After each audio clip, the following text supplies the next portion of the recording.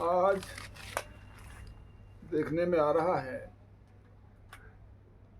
कि योग के प्रति एक बहुत बड़ा आकर्षण बढ़ा है, लेकिन योग की अनेकों सीढ़ियां हैं। इसमें लास्ट में लोग कुंडलिनी योग पर जाते हैं, तो इसमें देखा गया कि पाश्चात्य देशों ने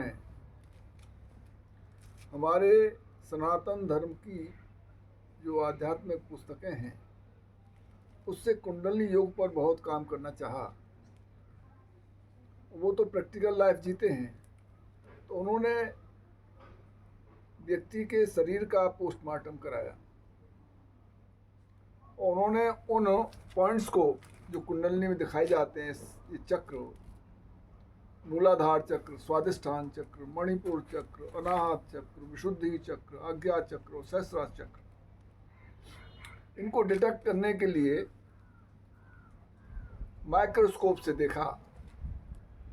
उन्हें कहीं कोई पॉइंट ऐसा नहीं मिला। इसके बाद उन्होंने इलेक्ट्रॉनिक माइक्रोस्कोप से देखा, जहां सेल की आंतरिक संरचना का ज्ञात हो जाती है, जीन्स और डीएनए का पता लग जाता है। वहां तक उन्होंने बहुत बारीकी से देखा, लेकिन ये चीज कहीं नहीं मिली। अब इसे विश्लेषण करना आवश्यक है कि आखिर कुंडलिनी पर इतना भारी शोर शराबा है और उसका प्रभाव भी है, ऐसा नहीं है कि प्रभाव नहीं है। अब इनके द्वारा जो प्रयोग किया गया उसमें कुंडलिनी से संबंधित जो चक्र हैं ये देखने को नहीं मिले। तो देखिए, पतंजलि ने और हमारे अनेक विद्वानों ने चित्तवृत्ति नोदशी योग का फॉर्मूला रखा समाज के सामने।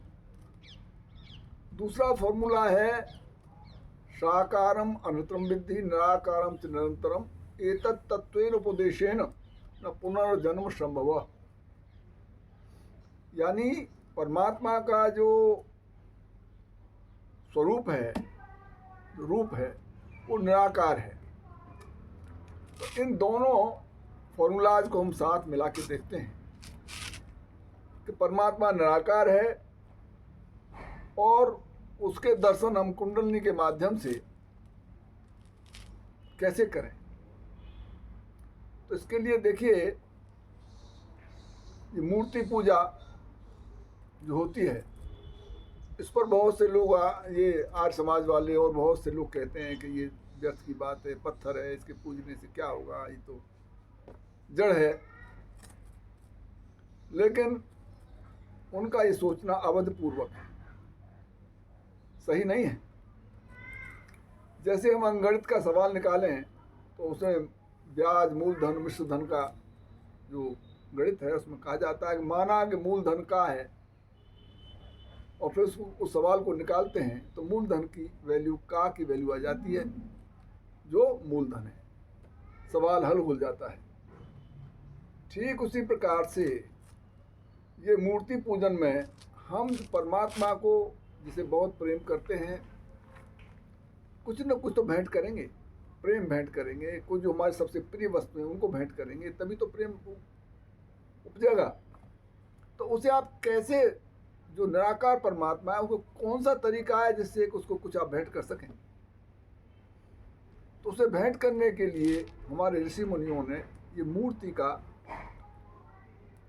शिवलिंग का एक स्वरूप स्थापित किया और उस पर ये सब चीज़ें अर्पण की गई जो प्रिय हैं। अब वो उनको पहुंच रही नहीं पहुंच रही हैं, शास्त्र तो कहते हैं, गीता कहती है कि भगवान स्वयं उसको प्रयोग करते हैं, स्वयं उसको प्राप्त करते हैं। लेकिन अंधविश्वास नहीं, हर बात में लॉजिक होना चाहिए। तो जैसा कभी मैंने चर्चा की थी, माना कि मूलधन का है और का की वैल्यू आ गई और वो सवाल हल हो गया। ऐसे ही हम कहते हैं कि मान लिया ये शिवलिंग जो है ये माना कि शिव है, और उसे शिव मान करके हमने वो सब कर्मकांड किया, तो उसकी वैल्यू आ जाती है और वो मसला हल हो जाता है। अब हम क्या करते हैं कि बहुत लंबे समय तक अर्चा करते हैं, उपासना करते हैं, कर्मकांड करते हैं, षोडशोपचार पूजन करते हैं, तो उससे एक अभ्यास होता है।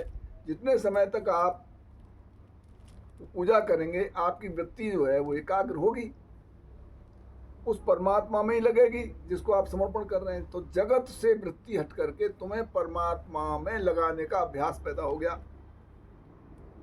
तो ये अभ्यास जब लंबे समय तक अभ्यास हो जाता है तो व्यक्ति उस मूर्ति से हटाकर अपन अंतःकरण में चित्र बनाकर भी वो वृत्ति को एकाग्र करके और मानसिक पूजा करता है। मानसिक पूजा करने से कई गुना फल मिलने का विधान है। वो फल क्या है? वो वृत्तियों को रोकने का अभ्यास है। तो जब आप इस साकार सगुण साकार शिवलिंग की पूजा से निराकार चित्र अपने अंदर बनाया और उस पर आपने अर्चना की तो आपको उसको लाभ होने लगा। अब फिर इसके बाद वृत्ति को आपको शिफ्ट करने का भी अभ्यास हो गया और वृत्ति को एकाग्र करने का भी अभ्यास हो गया। तो ठीक उसी तरह से ये जो कुंडलिनी का सिद्धांत है ये है अथवा नहीं है, इस बात में मत जाइए। मूलाधार पर आपने ध्यान किया कुंडलिनी का, मूलाधार चक्र का किया कि इसमें ये इतनी पंखुड़ी हैं, ऐसे कलर की हैं, इसमें ये बीज है, इसमें ये जीव है, उसका ये रूप है, वो 2.5 चक्र उस शिवलिंग के ऊपर लगाए हुए कुंडलिनी बैठी है।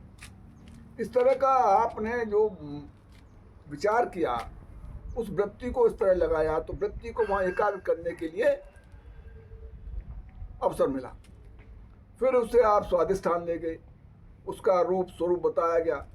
तो मन जैसे जैसे आप बताते गए, बाहर से समझाते गए, बुद्धि ने जैसा जैसा निश्चय किया उसके साथ ही वृत्ति हमारी वहीं निरोधित रही, वृत्ति एकाग्र हुई। तो अब दो बात हो गई। एक तो हमने मूलाधार से वृत्ति को शिफ्ट करके स्वाधिष्ठान पर ले आए और दूसरा एक लंबा अभ्यास हुआ। इसी तरह से फिर मणिपुर पर, अनाथ पर, विशुद्धि पर, आज्ञा पर, सहस्त्रार्थ पर लेते चले गए। तो उससे आपका जो उद्देश्य था चित्त की वृत्ति को एकाग्र करने का, वो पूर्ण हुआ। अब चित्त की वृत्ति को एकाग्र करने का से क्या लाभ है ये समझना होगा।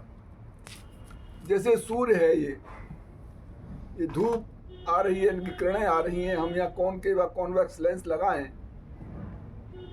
तो उस फोकस पॉइंट पर, उस केंद्र बिंदु पर वो ये किरणें एकत्र होकर के वहाँ ऊष्मा का अधिक प्रादुर्भाव हो जाता है और वो उस स्थान को जलाने में भी सक्षम हो जाता है। यानी धूप किसी को नहीं जला रही, लेकिन उस बिंदु पर धूप जला रही है, एक बहुत बड़ी एनर्जी, ऊष्मा वहाँ प्रकट हुई। तो ऐसे ही जो मन की वृत्ति हमारी चारों तरफ फैली हुई है, उसको एकाग्र करने से आप इस शक्ति को उत्पन्न कर लेते हैं। यही वृत्ति शक्ति के रूप में, एनर्जी के रूप में उपस्थित हो जाती है और यही शक्ति, इसको आप अपने अंदर ग्रहण करके, इसका सदुपयोग करके उस इच्छित ध्येय उद्देश्य को प्राप्त कर लेते हैं इस एनर्जी के माध्यम से। तो इस तरह से इस विवाद में पढ़ने की जरूरत नहीं है कि कुंडलिनी के चक्र हैं अथवा नहीं है अथवा नहीं है, इसमें ना पढ़ो। है, ये हमारे शास्त्र कहते हैं और शास्त्र हमेशा सत्य ही बोलते हैं, इसमें कोई दो राय नहीं है। लेकिन उन लोगों के लिए बता रहा हूँ जो बहुत लोग वैज्ञानिक बन करके इस पर विश्वास नहीं करते, तो मान लिया उनके लिए नहीं है, लेकिन ये लाभ तो पहुंचाएगी ही ये प्रक्रिया। तो इसलिए योग के माध्यम से कुंडली जागरण आपके लिए बहुत महत्वपूर्ण है और आप इससे शक्ति और सफलता प्राप्त कर सकते हैं। धन्यवाद।